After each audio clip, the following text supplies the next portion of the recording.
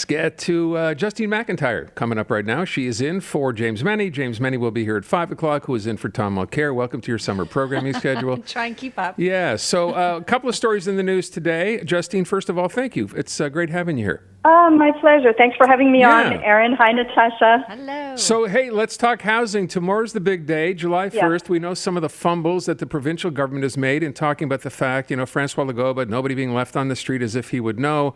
The housing minister with Bill 31 that a lot of people think is just going to make things worse. What's your take on all this?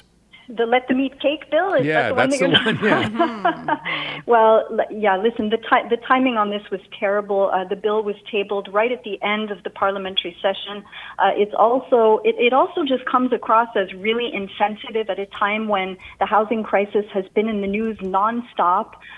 We also have some statistics on nobody being left behind on moving day. So when Legault says no one will find themselves on the street on July 1st, well, that's very unlikely to happen because year after year there have been more and more people on July 1st that have not been able to find a place to stay. And last year was actually the worst year in recorded history with over 600 families and people that were left on the street and that the city had to find temporary housing for. So this year is anybody's guess, but I would be guessing that we'd be at least at that number, if not more.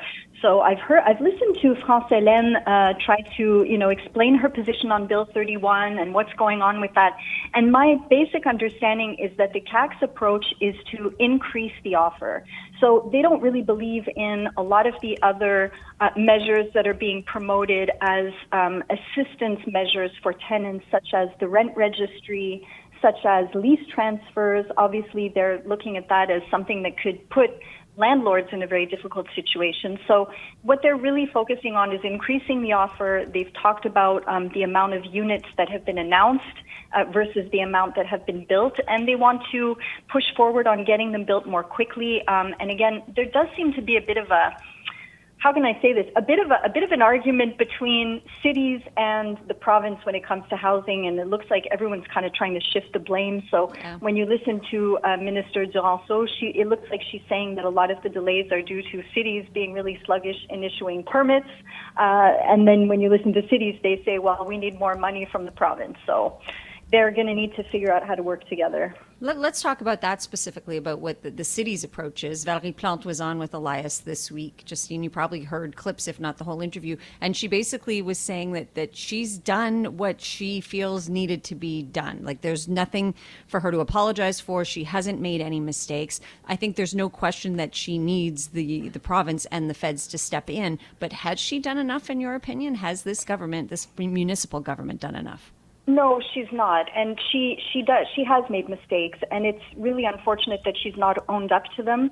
I think it's a hard situation for everybody, and I think it's okay to admit that it's a hard situation. She has made a lot of announcements for public housing. We know for a fact, because there was some in-depth investigation done by some excellent reporters on this, we know for a fact that a lot of those units didn't end up being built.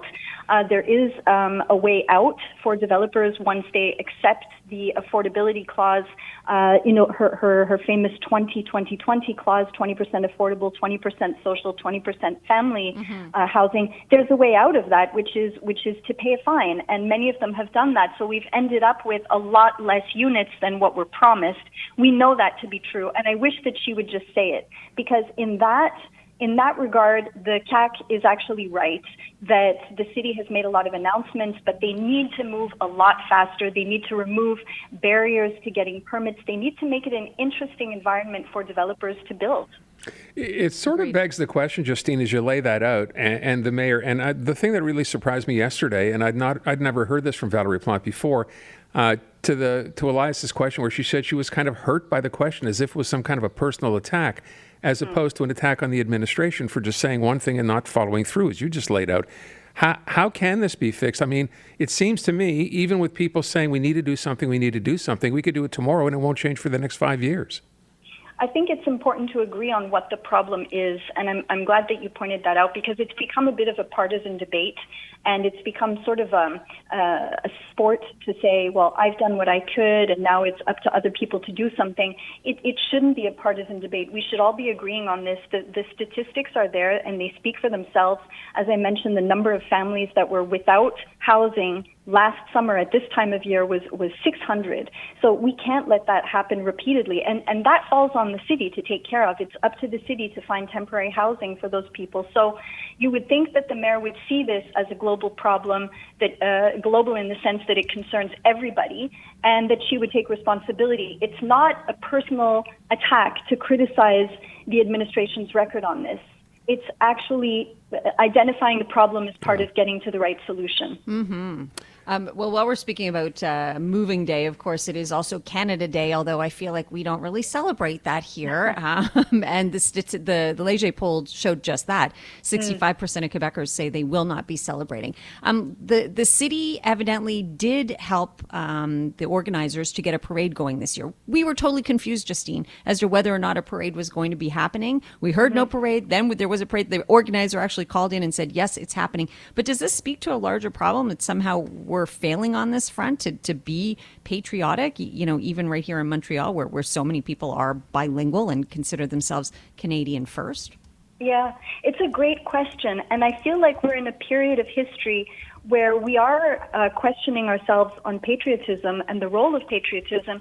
Patriotism is such an interesting question in and of itself, and I know that there are people, philosophers and sociologists, historians that are working on this, looking into this question and what it means, because patriotism and flag waving, a lot of that building up of national sentiment has to do with national security, has to do with colonialism and, the dominating force of nations. So that's something that as a nation we've worked really hard to undo and that we're stepping away from. So in the context of moving away from that colonial past and accepting our responsibilities as a colonializing nation, what role does patriotism now play and how should we best celebrate it? So I think maybe part of the reason why there's some, questions around Canada Day may have to do with that. And then of course we're in Quebec.